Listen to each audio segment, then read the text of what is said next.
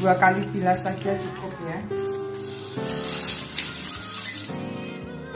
Oke, setelah kita peras sampai menata daun di atas kain yang sudah di mordal tadi. Menatanya sesuai selera kita aja. Kita taruh di mana sesuai dengan selera kita. Sini ada daun jati, ada daun Afrika, kita tata. Kemudian ada daun tabebuya. Ini adalah kain yang sudah ditata daun di atasnya. Di sini ada daun jati, ada daun tabebuya, ada daun Afrika, ada daun mentoa, ada daun mangga. Setelah selesai ditata sedemikian rupa, semuanya sudah penuh daun. Mau kita blanket. Blanket itu adalah kain yang kedua. Nah, kain yang kedua ini harus melalui proses diberi tunjung. Tunjung gunanya untuk mengikat warna, untuk penyerapan warna. Setelah ini akan kita tutup kain dengan kain blanket itu. Cara memblanket kain yang sudah ditata daun di atasnya tadi,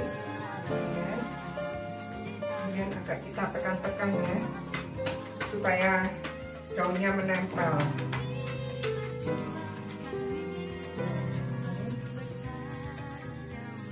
Ini daun kain blanket yang ini dari jenis kain belaju. Kalau yang kain utamanya tadi adalah kain katun primissima. Kemudian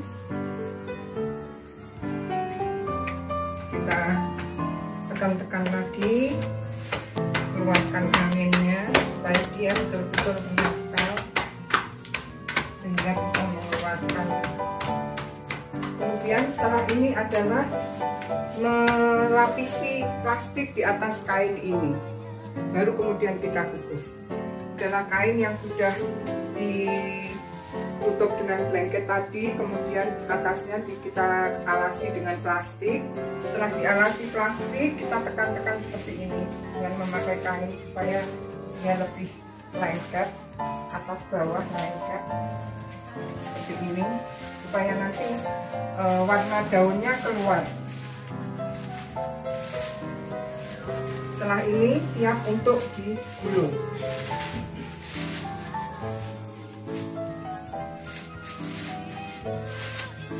Ya, setelah kita gulung, oke, ya.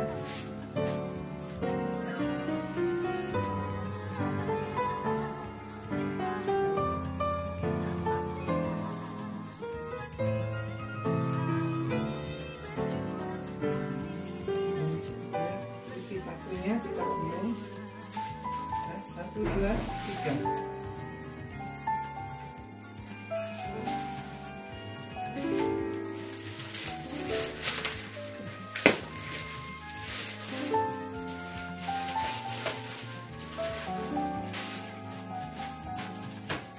Tekan lagi. Itu enggak katur sebentar.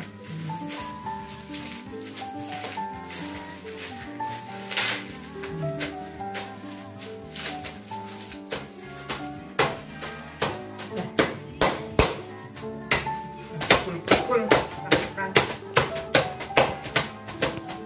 Oke, dengan bantuan alat selang kita akan menggulung kain ini.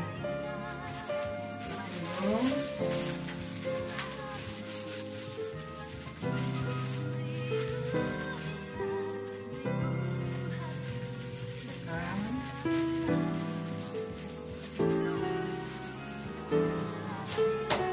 Keluarkan anginnya supaya tidak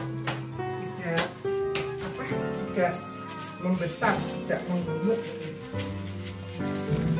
supaya bisa rapat dan bisa masuk ke panci kukusannya.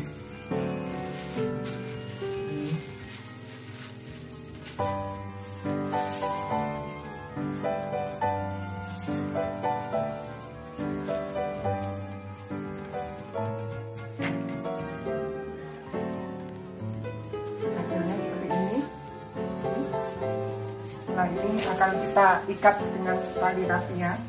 Mengikatnya harus kencang sekali. Ikat mengelilingi gulungan kainnya.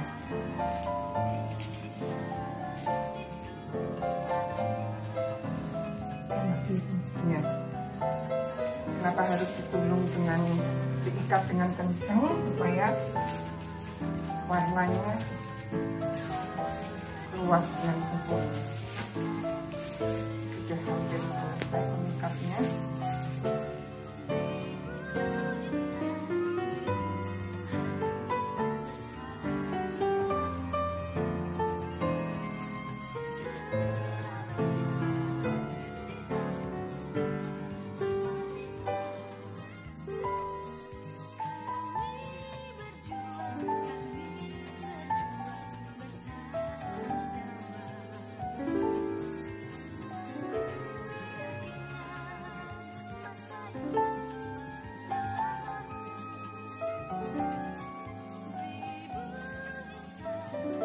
Sekarang waktunya pengukusan kain yang sudah digulung dan diikat dengan tali rafia tadi. Kita akan mengukur selama 2 jam, kurang lebih 2 jam, supaya warnanya betul-betul meresap ke dalam kainnya. Nah, nanti kita nantikan setelah 2 jam baru bisa kita matikan apinya. Setelah itu kita buka hasil hasil kukusan ini tadi. Jadi warnanya bisa kelihatan warna apa yang muncul di kain ekosistem. Nah, ini proses terakhirnya.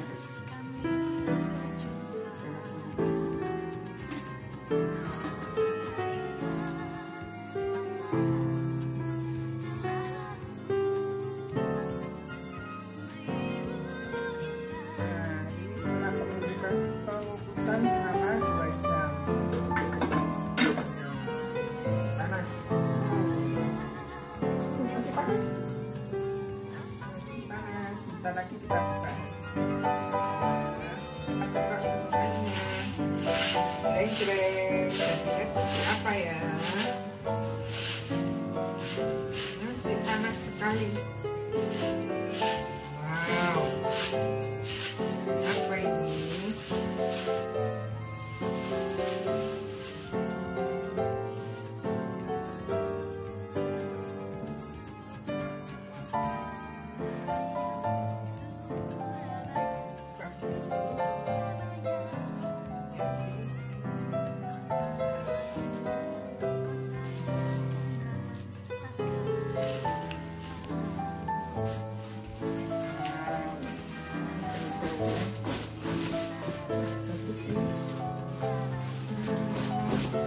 Ini kain utamanya ini. Kain utamanya. Kain blanketnya. Ini. Nah, ini kain blanketnya. Yang dari bahan baju tadi.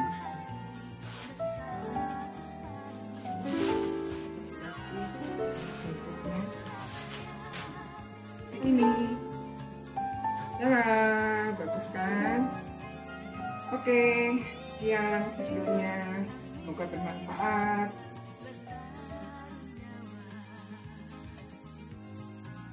Selamat siang, assalamualaikum warahmatullahi wabarakatuh. Bapak-bapak dan ibu-ibu warga RW 4 Perumahan ITS Keputih Sukolilo Surabaya. Kali ini saya akan memberikan tutorial mengenai pembuatan ekobrik. Ekobrik itu adalah suatu upaya untuk mengatasi masalah sampah plastik yang memang menjadi persoalan rumit. Nah, dikatakan ekobrik karena bisa dibuat bata. Nah, bahan-bahannya sederhana sekali. Jadi ini adalah kresek-kresek plastik-plastik dari gresik, kemudian ini adalah bungkusnya Milo, bisa juga bungkusnya permen, bungkusnya kalau kita belanja ke supermarket ada sisa kresek belanja ke pasar. Nah, tetapi kresek-kresek yang digunakan atau plastik-plastik yang digunakan hendaknya dalam kondisi kering dan bersih. Artinya kalau misalnya kresek bekas tempat ikan, ya sebaiknya dicuci dulu, ya, kemudian dikeringkan. Nah, biasanya kalau saya di rumah itu ada satu tempat sampah khusus ini untuk tempat plastik-plastik ini. Baru setelah ngumpul, kemudian kalau ada waktu senggang dimasukkan ke botol dalam bentuk itu. Nah, alat yang lain ya gunting untuk motong-motong kresek ini supaya nanti kalau ini kresek tebal gini ya supaya bisa masuk ke botol gampang, ya kita gunting-gunting kecil-kecil gini. Atau misalnya bungkus mie yang keras ini, kalau kita langsung masukkan ya berat susah, sehingga ya kita gunting-gunting kecil-kecil. Kalau kreseknya itu atau plastiknya itu sudah tipis seperti ini gini, nah ini ya nggak perlu digunting, langsung dimasukkan ke botol. Kemudian alat yang lain ini stick atau tongkat yang digunakan untuk menyodok supaya plastik yang dimasukkan botol ini padat. Nah, itu alat-alatnya. Nah, kemudian cara menggunakannya gampang. Kita ada botol kosong, ya, plastik ini kita masukkan. Nah, kalau susah masuk gini berarti perlu digunting. Kita gunting, ya, supaya masuknya ke dalam botol mudah. Nah, kemudian kita dorong dengan stick ini supaya padat. Ya. Nah, ini botol kosong baru terisi sebagian. Ini juga botol sebagian terisi. Ini sudah separuh terisi. Dan ini yang sudah jadi. Nah, tentu supaya plastik-plastik yang ada di botol ini padat, ya. Ini kalau ini kepadatannya kalau dipegang ini keras sekali sudah. Nah, kalau botol besar gini, ini volumenya 1500 ml, maka kalau ditimbang itu sepertiganya. Jadi kurang lebih beratnya harus minimal 500 gram. Nah, kalau botol yang kecil ini yang 600 ml, maka kalau sudah jadi ditimbang minimal beratnya 200 gram. Itu menunjukkan bahwa botol yang sudah kita buat padat. Nah, kalau sudah dalam bentuk sudah jadi dan padat ini, kita bisa manfaatkan untuk berbagai macam keperluan.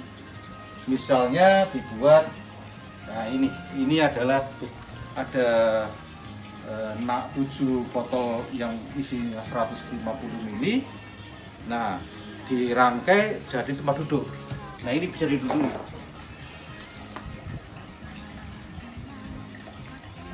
Kalau botolnya yang kecil ini, ya nanti kita rangkai dalam bentuk yang lain. Nah, saya membayangkan kalau misalnya dalam rangka pendurian nanti, supaya warga RW 4 ini guyup, ya, paling tidak ya semua rumah tangga bisa menghasilkan satu botol kecil ini. Kalau bisa ya satu botol besar ini lebih enak ya, dan nanti akan kita koleksi, kita kumpulkan. hidroponik itu adalah pengolahan sampah plastik dengan botol-botolnya. Nah, sekarang yang ini adalah hidroponik dengan memanfaatkan botol-botol plastik. Sistemnya sama dengan hidroponik pada umumnya. Ada aliran air yang melalui pompa. Cuma kalau pada biasanya itu menggunakan pipa-pipa yang harganya cukup mahal. Nah, ini kita manfaatkan botol-botol bekas yang tentu saja juga mengurangi sampah plastik. Nah, hasil panen seperti layaknya hidroponik yang standar, seperti ini. Nah, botol-botol plastik ini awet. Kalau misalnya sudah lumputan gitu, tinggal dibersihkan, dipakai lagi.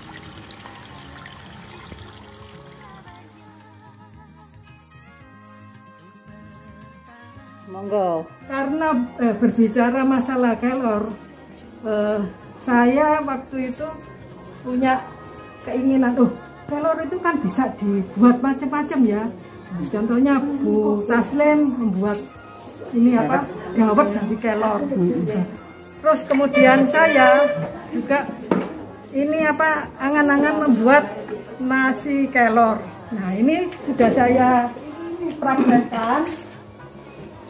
Monggo, contohnya bagaimana ini. Nah, ini sudah saya praktekkan dan sudah saya masak. Ternyata enggak tahu rasanya enak ya.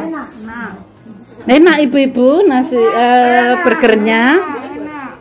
Jadi ini itu dari nasi Bu, bukan dari terigu. Nasi ya seperti kita kalau membuat nasi kuning itu. Kalau nasi kuning kan ada kunir, ada bumbu-bumbu rempah. Tetapi ini bumbunya hanya kelor dan daun pandan. Di blender, disaring, airnya buat kerebus nasi. Dimasak dengan rice cooker.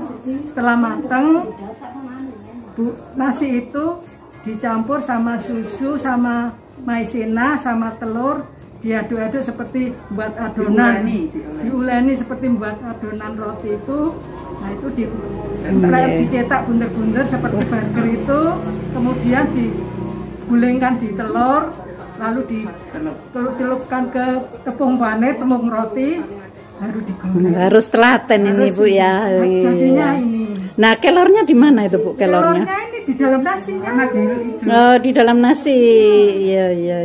Kemudian ini mestinya yang asli Indonesia itu bukan ayam gini, bukan. Mestinya itu bumbu rendang atau karena bumbu rendang itu lama ya bikinnya. Saya kalau bikin sih sama daging ya. Jadi saya buat ya seperti ini sebentar. Ya, mungkin lain kali buat rendang bisa. Buat ini apa? Ini apa namanya? Asin, peda. Oh, tuna barangkali ya. Atau dicoba tuna Bu ya. Tuna dihaluskan, dimasak seperti ini juga bisa. Jadi banyak daging sei dari. Ya. Karena kita kan ini apa namanya? Daging asap. Oh, daging asap juga bisa. Oke. Jadi ini ibu-ibu ini banyak kreativitas. Ini apa karena efek pandemi dari kita untuk kita Bu ya. Ini salah satu contoh. Ya. Indonesia ya Bu. Jawa. Mungkin yang satunya Bu Aris mungkin gimana cerita ini? Mie kelor ini dipegang mie kelornya satu. Monggo yang mana mie kelor? Di mana ini? Pupur kok beride-ide mie kelor ini gimana ini? Akibat pandemi juga karena anak saya sambut ya. Karena anak saya kena diabetes, saya harus membuat makanan yang manfaatnya untuk bisa membantu mengurangi diabetes. Oh iya, maskernya diagem ya. Oke. Hidung. Karena juga untuk Hidung. Kelepaan capek masak ya bubur ini kelihatannya ya. Ya sudah nggak apa-apa, hidungnya keluar sebentar nggak apa-apa.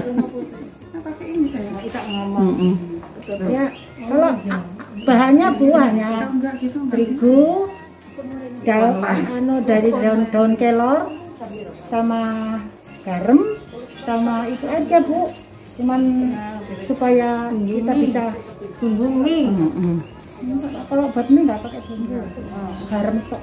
Udah itu aja dikasih adonan ikan, ayam atau apapun lah. Toppingnya pokoknya mie-nya. Tapi semua buat sendiri ya Bu ya. Sendiri. Jadi kelornya ada di mie-nya Bu ya, supaya dikonsumsi bisa lebih banyak gitu ya. Oke. Nah, sebagai jajanan terus dibuat kecil-kecil gitu ya. karena ya sebagai jajanan dibuat kecil-kecil. Matur nuwun bubur. Nah, ini ada lagi nih minuman ini. Minuman kelor ini Bu Lis ini yang ahlinya. Oh, ada sebelum ke apa iki jeneng? Dawet. Nah, maaf. Dawet kelor. Nah, dawet kelor dari warnanya hijau. Dari kelor warna ini didapatkan dari kelor. Nggih. Selain bisa buat dawet, sebetulnya cenil itu bahasa cenil. Ongol-ongol. Cenil itu juga bisa dipakai. Klepon barangkali ya. Hijaunya itu dari daun kelor. Terus kuahnya juga ada kelornya Bu itu Bu. Oh, enggak ada. Enggak ada Ya. santan. Ini Tapi juga bisa gitu. ya sebetulnya ya dikasih kelor ya. Nah, ini yang aku bulat-bulat. Ya, ini tapi beda dengan dawet. Iya. Ini bulan belum coba toh? Nah, ini kita coba rasanya. Monggo ibu-ibu, monggo nyoba. Monggo ibu-ibu silahkan nyoba. Podeng daun kelor. Podeng daun kelor. Jadi ini kayak kayak apa itu Bubur cendil.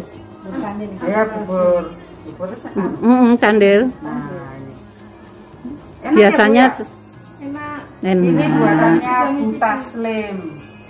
Masih banyak sebenarnya katanya Bu Taslim olahan-olahan menggunakan daun kelor.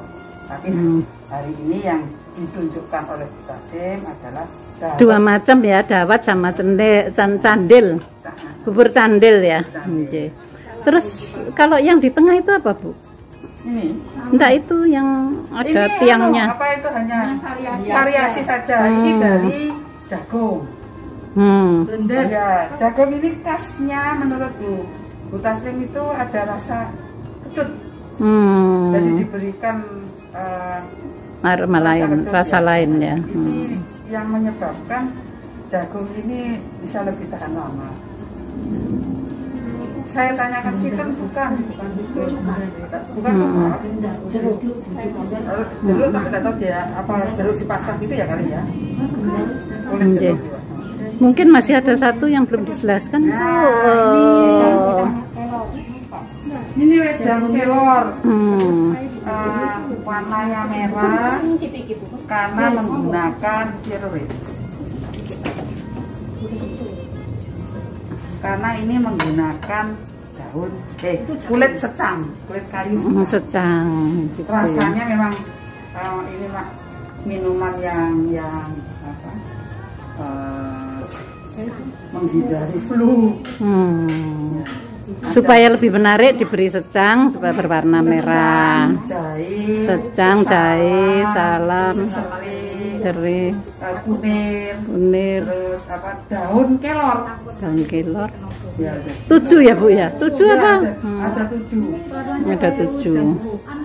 Ya, itu semua tapi ditambahin kelor. Seperti itu. Ya ini semuanya. Jadi ini beberapa contoh olahan daun kelor yang memberikan nilai tambah pada makanan. Jadi bukan saja untuk mengenyangkan, tapi juga bermanfaat bagi kesehatan.